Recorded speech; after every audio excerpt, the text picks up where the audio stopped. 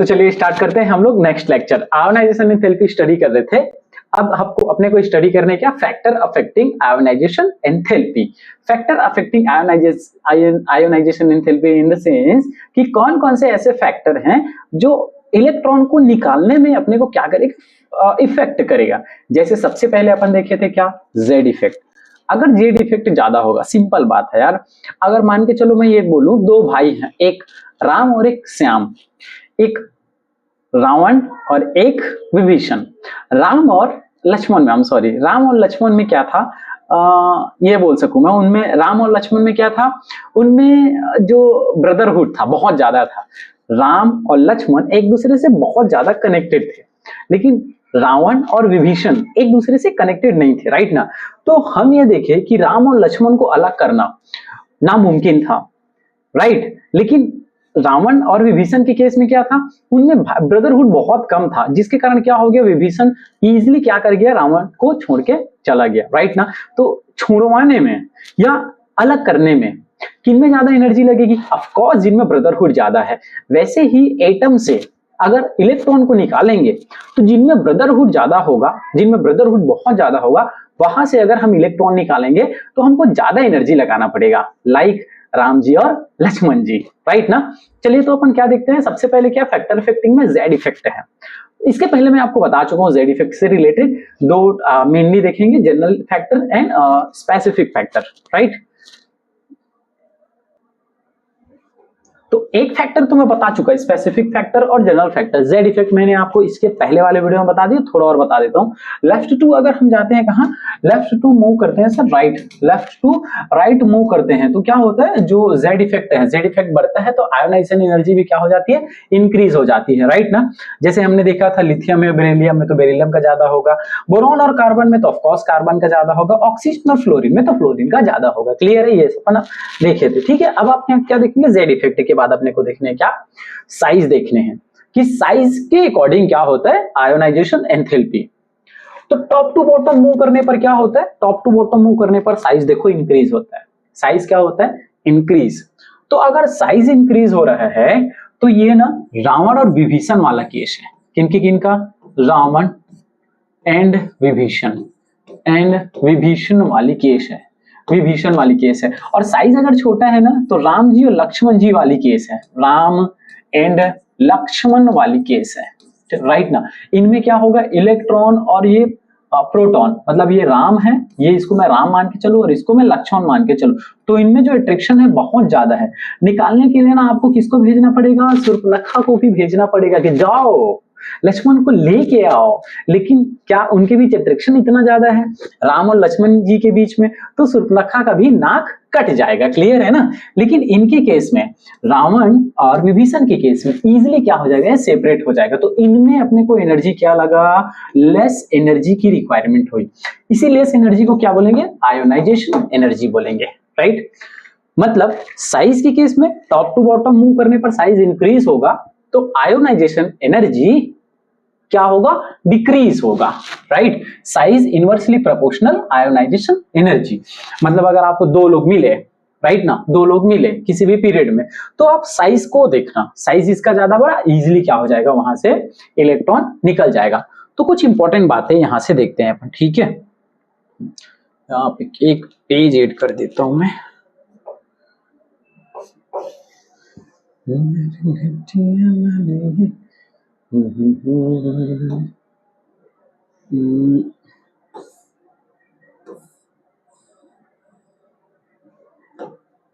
yes. यहाँ पे okay, यहाँ पे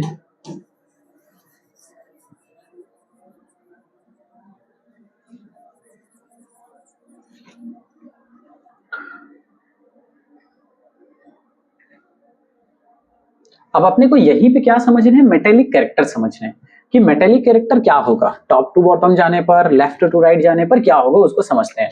तो देखो सबसे पहले मेटेलिक कैरेक्टर का मतलब ही क्या होता है, धात्विक गुण, मेटेलिक कैरेक्टर, मेटेलिक कैरेक्टर।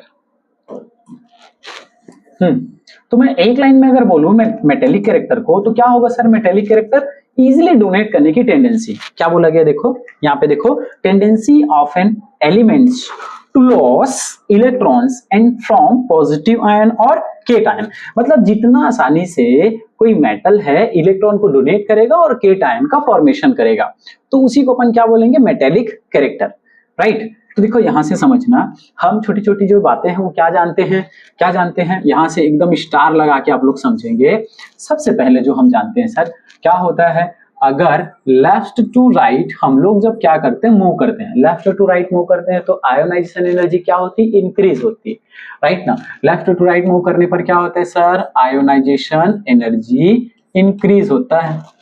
अब जो आयोनाइजेशन एनर्जी इंक्रीज होगा, मतलब वो बहुत अच्छा डोनेट करने का पावर होगा, राइट। तो हम लोग ये मान के चलेंगे उसका जो मेटेलिक कैरेक्टर है, मेटेलिक कैरेक्टर जो है सर वो बहुत बेहतर होगा। मेटेलिक कैरेक्टर क्या होगा? ज्यादा होगा, नहीं ज्यादा होगा यार, कम होगा। मेटेलिक कैरेक्टर क्या होगा? लेस होगा। मेटेलिक कैरेक्टर डिक्रीज होगा, ये बोल सकते हैं। मतलब सिंपल बात है कि अगर हम क्या चले, लेफ्ट टू राइट मूव करें, ऐसे कुछ, ये न्यूक्लियस, राइट, और उसके बाद ये कोई एटम ले लेते हैं, लास्ट में मैं चलूंगा ऐसे, ये न्यूक्लियस और उसका साइज बहुत छोटा है ऐसे, डन ना। तो क्या होगा? आयोनाइजेशन एनर्जी इसकी ज्यादा हो जाएगी। क्लियर? मतलब यहाँ पे एक इलेक्ट्रॉन है, एक और ले लेते हैं, चलो एक इलेक्ट्रॉन यहाँ पे है। अब इसको निकालने के लिए हमको बहुत एनर्जी देना पड़ रहा है क्योंकि इसका साइज थोड़ा बड़ा है इसके कंपैरिजन में, हाँ बोला ना जी। लेकिन यहाँ पे इलेक्ट्रॉन है, इसको देने में और ज्यादा एनर्जी, इतना एनर्जी देना पड़ रहा है। मतलब इसका आयोनाइजेशन एनर्जी क्या है? बहुत ज्यादा। इसका आयोनाइजेशन एनर्जी इसके कंपैरिजन में थोड़ा कम है। तो ये सपोज हम मान के चलते हैं, अगर हम ले लें इसको, जैसे मैंने ले लिया, इसको ले लिया बकनोफ ले लेते हैं, बोरॉन ले लेते हैं और इसको कार्बन ले लेते हैं, राइट। इसको बोरॉन और इसको कार्बन ले लिए, तो कार्बन का साइज तो और छोटा है, कार्बन का साइज और छोटा है। तो भाई साहब अगर साइज छोटा है तो पकड़ के रखेगा, राम लक्ष्मण की जोड़ी होगी इनके बीच में, हाँ बोला ना जी। तो ये नहीं चाहेगा देना, लेकिन ये बोरॉन क्या करेगा? जल्दी से एक इलेक्ट्रॉन डोनेट करेगा और इस पे पॉजिटिव चार्ज आ जाएगा। मतलब इसकी जो मेटेलिक कैरेक्टर है वो बहुत अच्छी है, मेटेलिक कैरेक्टर इसकी अच्छी है। लेकिन कार्बन ना एकदम एकदम ले दे के कार्बन पॉजिटिव का फॉर्मेशन करेगा क्योंकि इसकी आयोनाइजेशन एनर्जी बहुत ज्यादा है, ज्यादा एनर्जी देना पड़ेगा। तो इसका जो मेटेलिक कैरेक्टर है, मेटेलिक कैरेक्टर क्या बोल सकते हैं? इसका मेटेलिक कैरेक्टर कम होगा, right. Metallic character, metallic character किसके कंपैरिजन में? इसके कंपैरिजन में कम होगा। सिंपल बात, बहुत इजी बात, ठीक है। एक और चीज जान लेते हैं यहीं पे, ये एक लाइन हो गया सपोज, ये पॉइंट नंबर 1 हो गया। हम देखते हैं पॉइंट नंबर 2। पॉइंट नंबर 2 अब क्या होगा? टॉप टू बॉटम मूव करते हैं सर। क्या मूव करते हैं? Top to bottom, top to bottom, top to bottom move करेंगे, मतलब ऊपर से नीचे आएंगे। ऊपर से नीचे आते हैं तो क्या होता है? साइज क्या होते जाता है? छोटा, बड़ा और बड़ा और बड़ा होता है, डन ना। तो यहीं पे हम निकालते हैं जो आयोनाइजेशन एनर्जी है, आयोनाइजेशन एनर्जी है वो क्या होते जाता है? साइज बढ़ रहा है, तो आयोनाइजेशन जो एनर्जी है वो क्या होते जाएगा? लेस होते जाएगा। अब ionisation energy top to bottom move करने पर अगर लेस हुआ, ठीक है, ऊपर से नीचे आने पर लेस हुआ, तो जल्दी जल्दी जल्दी जल्दी इलेक्ट्रॉन देगा। और जो जितना आसानी से इलेक्ट्रॉन देगा उसी को तो बोलेंगे जो मेटल होता है इलेक्ट्रॉन देता है। तो उसका जो मेटेलिक कैरेक्टर है, उसका जो मेटेलिक कैरेक्टर है, मेटेलिक कैरेक्टर है क्या हो जाएगा? इंक्रीज हो जाएगा। मेटेलिक कैरेक्टर क्या हो जाएगा? इंक्रीज हो जाएगा। ये पॉइंट आपको क्या रखने हैं? याद रखने हैं। टॉप टू बॉटम जाने पर साइज क्या हो जाएगा? साइज क्या हो जाएगा? धीरे धीरे क्या होते जाएगा? बढ़ते जाएगा। तो आयोनाइजेशन एनर्जी क्या होते जाएगा? साइज, मैं यहाँ पे ऐसे लिख दूं, ऐसे इसको, ओके। साइज क्या होगा? टॉप टू बॉटम जाने पर बढ़ेगा, तो आयोनाइजेशन एनर्जी क्या होगा? कम होगा। एकदम इजी। तो मेटेलिक कैरेक्टर भी क्या हो जाएगी? इंक्रीज हो जाएगी। क्लियर है? ओके। तो अगर मैंने यहीं पे एग्जांपल लिया, एक मैं एग्जांपल ले लेता हूं, सपोज ये ले लेता हूं, बेटा मांगे कार, स्कूटर, बाप राजी, इतना अगर मैं ले लूं, ठीक है, इतना मैंने ले लिया। तो मेटेलिक कैरेक्टर सबसे ज्यादा किसका होगा ऐसे केस में? मेटेलिक कैरेक्टर किसका होगा सबसे ज्यादा सर? बेरिलियम से ज्यादा मैग्नीशियम का, मैग्नीशियम ज्यादा कैल्शियम का, कैल्शियम से स्ट्रोंशियम, स्ट्रोंशियम से बेरियम। इसको अपन कंसीडर नहीं करते ज्यादा। क्लियर है? मतलब मेटेलिक कैरेक्टर ऊपर से नीचे आने पर ना बहुत ज्यादा हो जाता है। तो यहीं पे बेसिक प्रॉपर्टी और एसिडिक प्रॉपर्टी भी आती है, उसको भी मैं बता देता हूँ। देखो क्या होता है यहाँ पे, थोड़ा समझना, ठीक है। अब देखो जो मेटल के ऑक्साइड है ना, जैसे आपने ले लिया सोडियम ले लिया, सोडियम अगर ऑक्सीजन से रिएक्ट करेगा तो क्या बनाएगा? Na2Na2O बनाएगा, सोडियम ऑक्साइड बनाएगा। एकदम समझना, सोडियम ऑक्साइड। और सोडियम ऑक्साइड को आप अगर वाटर से रिएक्ट करा दोगे, H2O से रिएक्ट कराओगे तो क्या बनेगा? NaOH बनेगा, एक बेस बनेगा। क्या बनेगा? बेस बनेगा। क्या बनेगा? बेस बनेगा। तो हम ये जानते हैं टॉप टू बॉटम मूव करने पर जो बेसिक प्रॉपर्टी है वो बढ़ती है। क्या बढ़ती है? Basic property. या फिर जो मेटल के जो ऑक्साइड हैं, मेटल के जो ऑक्साइड हैं, ऑक्सीजन से रिएक्ट करके ऑक्साइड बनाएगा सोडियम ऑक्साइड, उनकी जो प्रॉपर्टी होती है वो कैसी होती है? बेसिक होती है। मतलब जैसे मेटेलिक कैरेक्टर बढ़ते जाएगा वैसे बेसिक प्रॉपर्टी भी बढ़ती जाएगा। बहुत अच्छा क्वेश्चन पूछता है, प्लीज याद रखना। लेकिन जैसे अपन क्या ले ले, अपन यहाँ पे देखो नेक्स्ट स्लाइड पे ले लेते हैं। सपोज मैंने ले लिया क्लोरीन, ये मैंने ले लिया क्लोरीन, इसको रिएक्ट कराओगे ऑक्सीजन से, राइट? O2 से रिएक्शन कराओगे तो जो भी बनेगा Cl2O बनेगा। अब आप अगर इसको रिएक्ट करा रहे हो H2O से रिएक्ट कराओगे तो आपको क्या देखने को मिलेगा? आपको देखने को मिलेगा HCl देखने को मिलेगा। क्या देखने को मिलेगा? HCl। तो होता क्या चीज है, जो जिनकी मेटेलिक प्रॉपर्टी लेस होती है, मतलब जो नॉन मेटल होते हैं, नॉन मेटल, क्लोरीन तो नॉन मेटल है ना, नॉन मेटल जो होता है लेफ्ट टू राइट जाने पर नॉन मेटल की जो प्रॉपर्टी है वो बढ़ती जाती है। ठीक है, और ये कैसे ऑक्साइड होते हैं? ये एसिडिक ऑक्साइड होते हैं। कैसे होते हैं? एसिडिक ऑक्साइड का फॉर्मेशन करते हैं। ये बात आप एकदम से याद करके रखना। क्या बनाते हैं? एसिडिक ऑक्साइड बनाते हैं। क्लियर है? क्या बनाते हैं? एसिडिक ऑक्साइड बनाते हैं। तो ये छोटी छोटी बातें अपने को पता होनी चाहिए। ठीक है, ओके, चलो आगे चलते हैं। आगे चलते हैं, कौन सा? Penetration effect. थर्ड इफेक्ट कौन सा है? Penetration effect. Penetration effect. अब पेनिट्रेशन इफेक्ट में क्या होगा? अगर सेल नंबर सेम हो गया, सेल नंबर क्या हो गया? सेम। यहां पे अपन क्या जान गए सर? हमने दो कैरेक्टर जाना। कौन कौन सा? फर्स्ट फैक्टर हमने जाना, फर्स्ट फैक्टर जाने अपन कौन सा? Z effect. अगर जेड इफेक्ट ज्यादा होगा, बहुत ज्यादा जेड इफेक्ट होगा, खींचने में अपने को इलेक्ट्रॉन को ज्यादा, तो आयोनाइजेशन एंथैल्पी ज्यादा। साइज अगर ज्यादा होगा तो वो उनके इनवर्सली प्रोपोर्शनल होगा। क्लियर है? उसके बाद जानते हैं पेनिट्रेशन इफेक्ट। कौन सा इफेक्ट? Penetration effect. अब पेनिट्रेशन इफेक्ट के केस में मैं आप सबको बता चुका हूं क्या होता है पेनिट्रेशन इफेक्ट। यार सिंपल बात है, आप ये जानो कि एस का पेनिट्रेशन, पी का, डी का और एफ का जो पेनिट्रेशन इफेक्ट है वो ज्यादा है। ठीक है, ये आप एकदम से याद रखेंगे। एस, पी और डी के केस में ये होता है, एस, पी, डी और ये एफ होता है। सर एस का ज्यादा, पी का ज्यादा, डी का ज्यादा और एफ का ज्यादा। मान के चलो अगर ऐसा केस आया कुछ इस टाइप से कि क्लोजनेस टू न्यूक्लियस, अगर ये केस हुआ कि एनएस से इलेक्ट्रॉन को निकालने हैं और एनपी से इलेक्ट्रॉन को निकालने हैं, तो ज्यादा पेनिट्रेशन इफेक्ट ये शो करता है, एनएस शो करता है, जिसके कारण उनकी आयोनाइजेशन एंथैल्पी क्या हो जाएगी? ज्यादा हो जाएगी। सिंपल बात है। मतलब सर हम क्या जानते हैं यहाँ से, अगर अपने को आयोनाइजेशन एंथैल्पी निकालना है ना सर, क्या निकालने हैं? आयोनाइजेशन एंथैल्पी अगर निकालना है तो अपन क्या करना पड़ेगा? Ionisation energy, first ionisation energy N S का ज्यादा होगा, किसके कंपैरिजन में? एनपी के कंपैरिजन में क्या हो जाएगा? ज्यादा हो जाएगा। क्लियर है? क्यों? क्योंकि देखो यहाँ पे ये न्यूक्लियस है, ये न्यूक्लियस है और इसके पास में देखो ये एस ऑर्बिटल का ये एक एस ऑर्बिटल है, राइट ना? जो न्यूक्लियस के पास में है, ऐसे न्यूक्लियस के जो क्या है? पास में है, तो भाई साहब यहाँ पे इलेक्ट्रॉन है तो इसमें अट्रैक्शन ज्यादा होगा। अट्रैक्शन क्या होगा? ज्यादा। लेकिन पी है दूर में, थोड़ा सा दूर में है, तो यहाँ पे कहीं पे इलेक्ट्रॉन होगा जिसके कारण इनके बीच जो अट्रैक्शन है वो थोड़ा कम हो जाएगा। तो यहां से इलेक्ट्रॉन इजीली निकाल सकते हैं। जैसे एक एग्जांपल देखते हैं, चलो हम ले लेते हैं कौन कौन सा, यहीं पे मैग्नीशियम और एल्यूमिनियम का ले लेते हैं, राइट ना? तो मैग्नीशियम का क्या होता है? इलेक्ट्रॉनिक कॉन्फ़िगरेशन क्या होता है sir? 1s2 2s2 2p6 and 3s2, ये कुछ है। एल्यूमिनियम का निकालो 13, क्या हो जाएगा एल्यूमिनियम का? 1s2 2s2 2p6 and 3s2 and 3p1। आप इलेक्ट्रॉन निकालोगे तो कहां से निकालोगे? p से निकालोगे। मतलब इस केस में क्या हुआ, इस केस में क्या हुआ, अगर इलेक्ट्रॉन निकालना है तो हम निकालेंगे ns2 से, यहां से इलेक्ट्रॉन निकालना है तो कहां से निकालेंगे? np से, यहां से np से निकालेंगे। तो कहां से इजीली निकाल सकते हैं? S से निकालने में हमको ज्यादा एनर्जी देना पड़ेगा, तो आयोनाइजेशन जो एनर्जी है मैग्नीशियम का ज्यादा होगा। क्यों? क्योंकि NS के कारण, पेनिट्रेशन इफेक्ट के कारण। ओके, कैल्शियम और गैलियम में भी देख लो, इसमें भी देखोगे तो आप यहां से निकालने में आपको ज्यादा एनर्जी की रिक्वायरमेंट होगी। क्लियर है?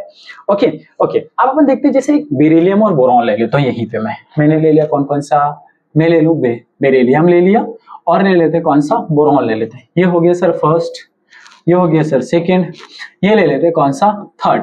आप जैसे ही निकालने जाओगे क्या निकल के आएगा इसका? ये निकलेगा beryllium, hydrogen, helium, lithium, beryllium. Atomic number 4, boron का एटॉमिक नंबर 5। कितना होगा इसका? 2 and 2। इसका कितना होगा?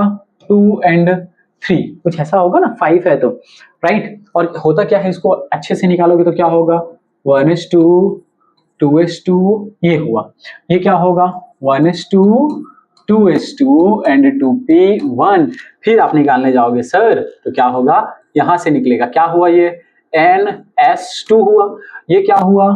NP1 हुआ, NP1। तो कहां से एकदम हार्डली निकाल पाएंगे भाई? यहां से निकालने में ना मोर एनर्जी लगेगा। क्या लगेगा? मोर एनर्जी लगेगा। यहां से क्या लगेगा? Less energy. तो ज्यादा होगा किसका? बेरिलियम का ज्यादा होगा। किसके कंपैरिजन में? बोरॉन के कंपैरिजन में बेरिलियम का जो आयोनाइजेशन एंथैल्पी है वो हो जाएगी हाई। ठीक है, वो हो जाएगी हाई। ठीक है, चलो नेक्स्ट चलते हैं आगे। Electronic configuration. अब फोर्थ फैक्टर कौन सा है? इलेक्ट्रॉनिक कॉन्फ़िगरेशन का। इलेक्ट्रॉनिक कॉन्फ़िगरेशन का फैक्टर फोर्थ है, राइट। अब इसमें क्या होता है, आप एक चीज याद रखना, stable configuration, stable electronic configuration.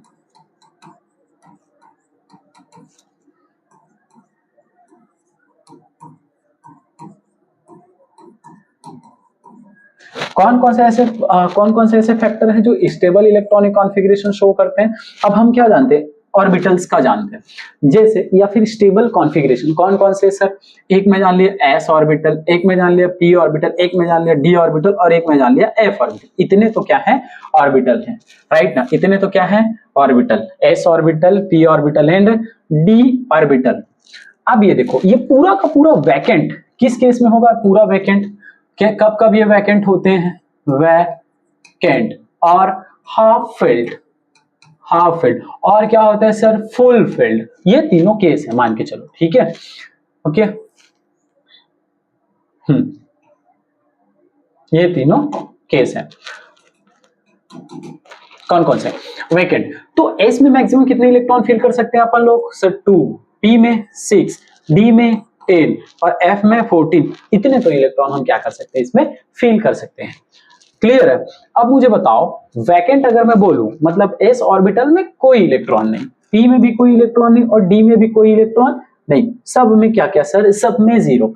S में जीरो, पी में जीरो, डी में जीरो एंड एफ में जीरो। ये जो केस है 0 0। हाफ फील्ड कहने का मतलब, तो 2 का आधा कितना सर? 1, पी का 6 का हाफ 3, डी का 5 एंड 14 का कितना? 7। फुल फिल कहने का मतलब सर 2, 6, 10 और ये हो गया कितना? 14।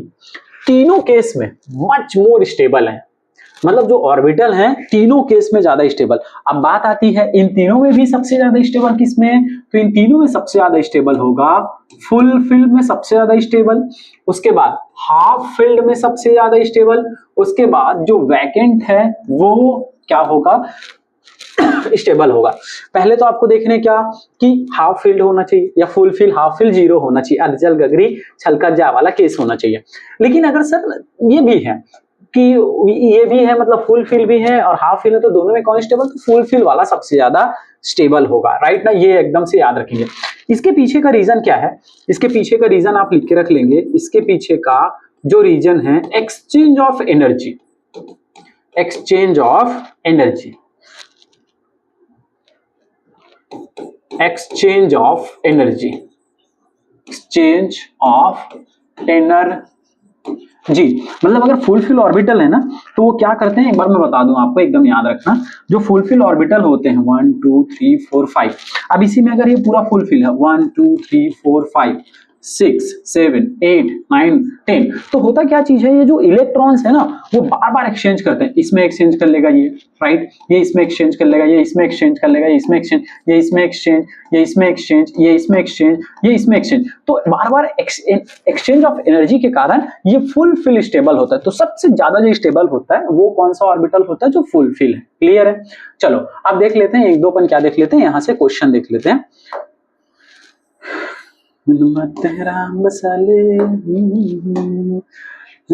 जैसे जैसे हम ले लेते हैं कौन सा, मतलब अपने को क्या याद रखने हैं, अगर फुलफिल है तो सबसे ज्यादा stable, then half fill, then vacant orbital. तो वैसे ही देखते हैं क्वेश्चन नंबर फर्स्ट। एक क्वेश्चन देख लेते हैं यहीं पे, ठीक है।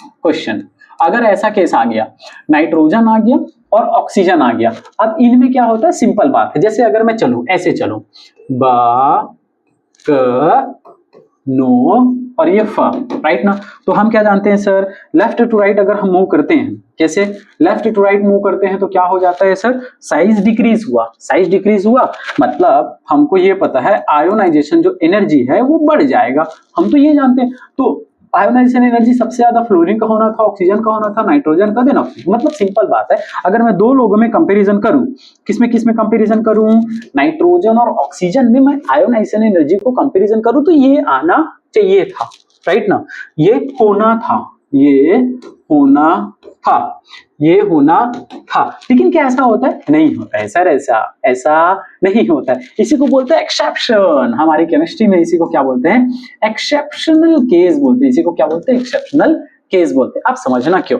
नाइट्रोजन का एटॉमिक नंबर होता है 7 और ऑक्सीजन का होता है सर 8, राइट। इसका जब आप क्या निकालोगे, इलेक्ट्रॉनिक कॉन्फ़िगरेशन निकालोगे दोनों भाई साहब लोगों का, तो क्या होता है इसका 1s2 2s2 एंड 2p3।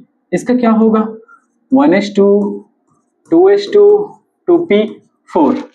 अब क्या जानते हैं 2p3, मतलब मैं इसका ये ले लूं 2p3 का और 2p4 का, ये दोनों केस में, ठीक है। हमने क्या ले लिया, ऐसा कुछ, ये इलेक्ट्रॉन को भरने के बाद पता चलता है सर 2p3 1 2 3 1 2 3 और ये 4। अब इन दोनों केस में देखो हम क्या पढ़े हैं अभी तक कि ये क्या है, हाफ फील्ड है, मतलब p का आधा कितना, हाफ फील्ड। ये जो ऑर्बिटल है कैसा अपने को देखने को मिला, हाफ फील्ड देखने को मिला। ये कैसा है, ये हाफ फील्ड भी नहीं है, मतलब ये क्या है सर, अनस्टेबल है। ये क्या है, अनस्टेबल। अब आप छोटी सी स्टोरी सुनो, देखो ये क्या है, एक फैमिली है, एक फैमिली ये है, एक फैमिली क्या है ये, और ये क्या है, सेकंड फैमिली है। ओके, सेकंड फैमिली है। मतलब क्या है, ये वाला जो घर है, इस घर में सब लोग बिना नशा वाले हैं, कोई नशा पानी नहीं करता। यहाँ पे नशा not allowed, not allowed, okay, है ना। यहाँ पे भर भर के लॉ है, लॉ, पियो पियो दबा के पियो, हमको कोई टेंशन ही नहीं है, राइट ना। यहाँ पे कोई नशा पानी नहीं करता, 1 2 3 लोग हैं, कोई नशा पानी नहीं करता, झगड़ा ही नहीं है इस घर में, कोई झगड़ा नहीं होता, मतलब खुश है, खुश खुश, एकदम धुरंधर वाली खुश खुश। कैसे हैं, खुश फैमिली, खुश family, happy family, my sweet family, ये बोलना चाहिए, स्वीट स्वीट फैमिली। कैसी फैमिली, स्वीट स्वीट फैमिली है, ओके।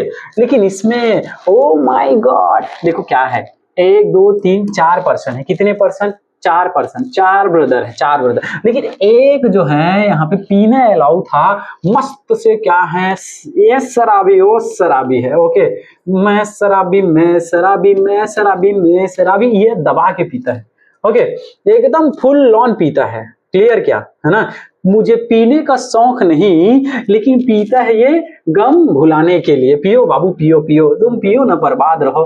तो इस गधे के कारण ये चारों लोग क्या है, unhappy, very unhappy, unhappy family, unhappy family, बहुत रोता गाता है, एकदम अनहैप्पी फैमिली है। तो अब मुझे बताओ, अगर पुलिस आया एक आदमी, हाँ बोला ना जी, और दोनों केस में ये फैमिली कैसा है, हैप्पी फैमिली, कोई नहीं पीता है, लेकिन ये फैमिली कैसा दबा के पीता है, फुल ऑन पीता है। तो अगर इनके पीने के कारण, शराब पीने के कारण इन चार लोगों में फुल ऑन मारा पीटी जब होता है, पुलिस आएगा, किसको जल्दी पुलिस लेके जाएगा, जल्दी बताओ किसके लिए एनर्जी नहीं लगाना पड़ेगा? ऑफ कोर्स इनके लिए नहीं लगाना पड़ेगा, ये शराबी आदमी है, इसको फलाने इनके कारण पी पी के बर्बाद हो चुका है।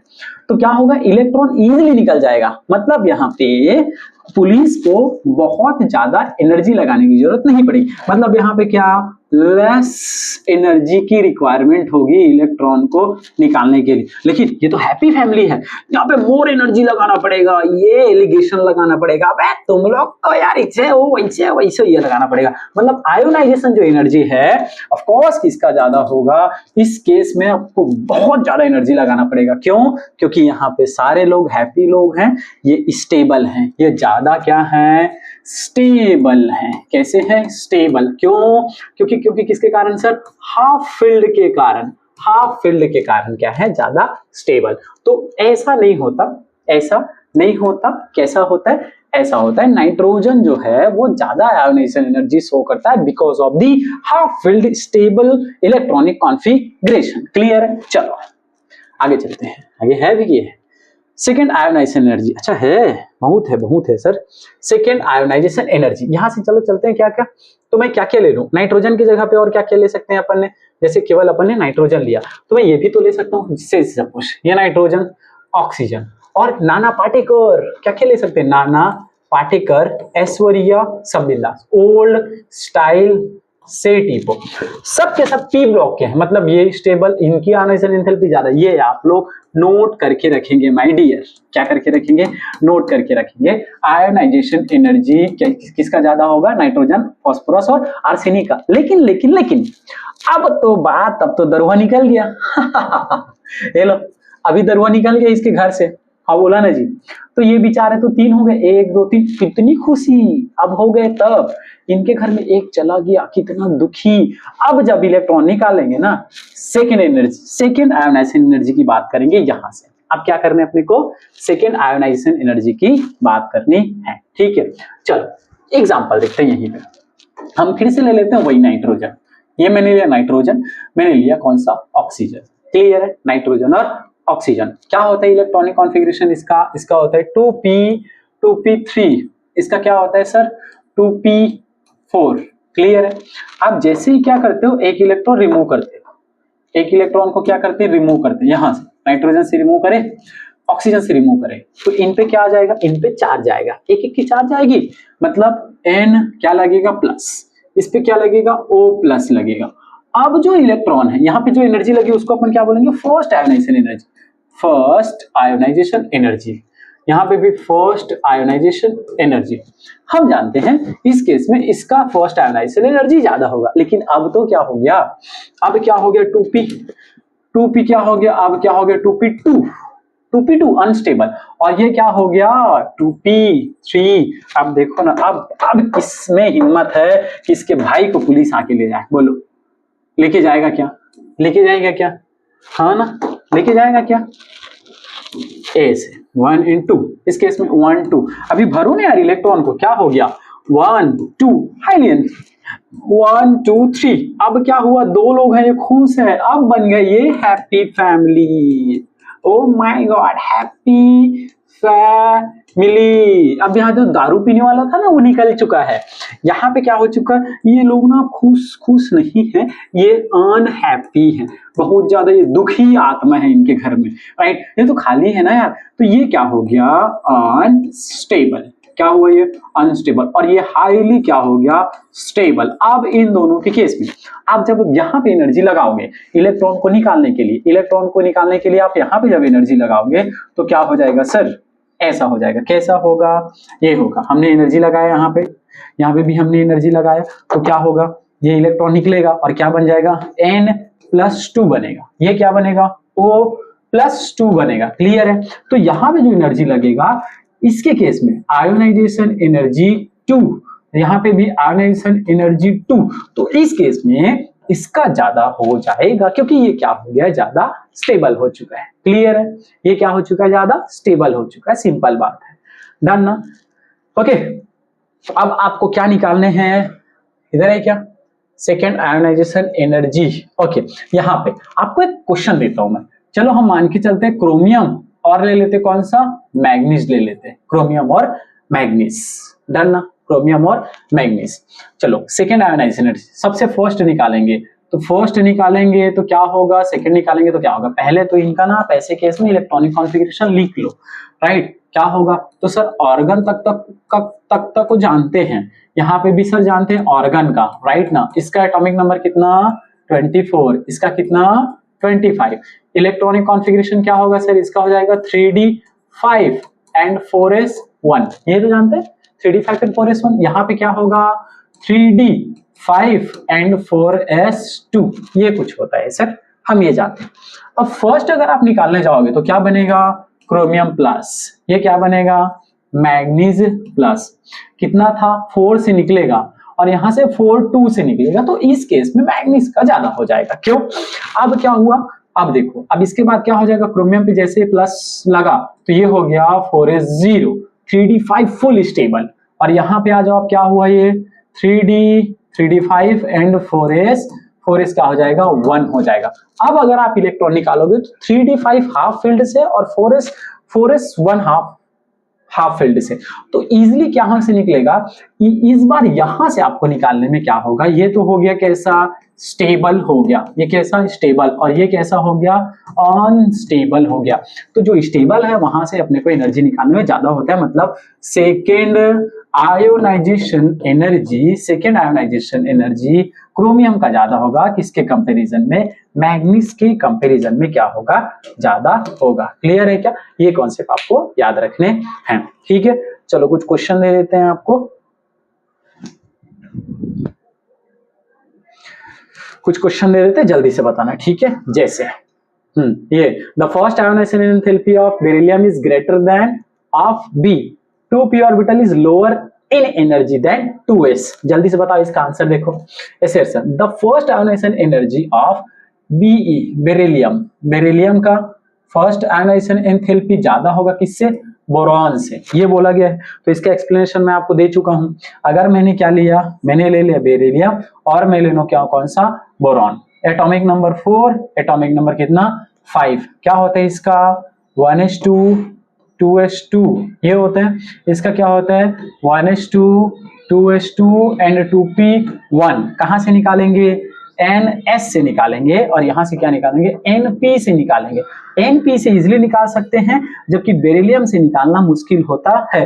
तो वही बोला गया, the first ionisation energy of beryllium is greater, beryllium का ज्यादा होगा, बोरॉन का क्या होगा, कम होगा। रीजन क्या बोला गया है, 2p orbital is lower in energy than 2s, ये तो सही है, राइट ना, मतलब 2p orbital is lower in energy than 2s, ठीक है। ओके ओके, तो जल्दी से क्या करेंगे, इसका आंसर बताएंगे। Both assertion and reason are true and reason is the correct explanation of assertion। देखो यहाँ पे समझना, 2p orbital is lower in energy than 2s। अब यहां से समझो यार, एनर्जी अगर, आंसर तो फर्स्ट सही है, एक्सप्लेनेशन सही नहीं है। क्यों, क्योंकि एनर्जी जो होता है ना 2p का ज्यादा होता है। अपन एनर्जी लेवल जब भी निकालते हैं, कैसे निकालते हैं, ऐसे निकालते हैं। कैसे, एनर्जी जब निकलती है तो किसका निकलती है, ऐसे S, ओके, SP,